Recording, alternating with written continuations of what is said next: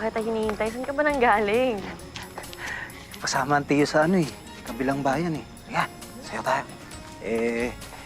May kinambulisyon anak ng kapitan. Namahan ko na. Sumaba din yung pakiramdam ni Amang kagabi. Siguro dahil sa init. Baka. Iba na talaga yung panahon ngayon, no?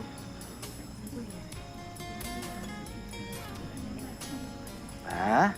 No. Ang ganda-ganda mo ngayon. Ano, pag naayusan ka pa lang, ganda mo. Sinasabi mo lang yan kasi may kasalanan ka sa pagpapahintay sa akin.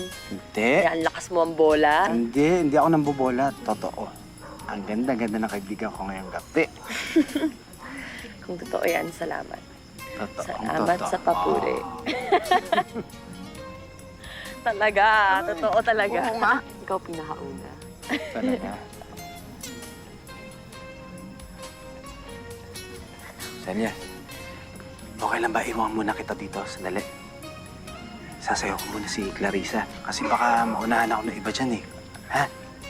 Ganda mo. Pwede ba kita maisayaw?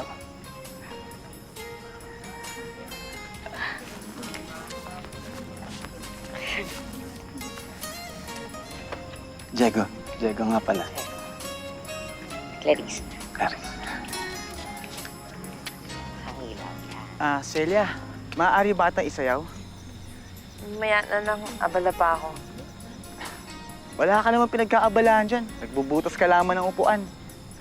Sa ayaw ko pa magsayaw. Eh di wag. Pasalamat ka nga't niyaya pa kita.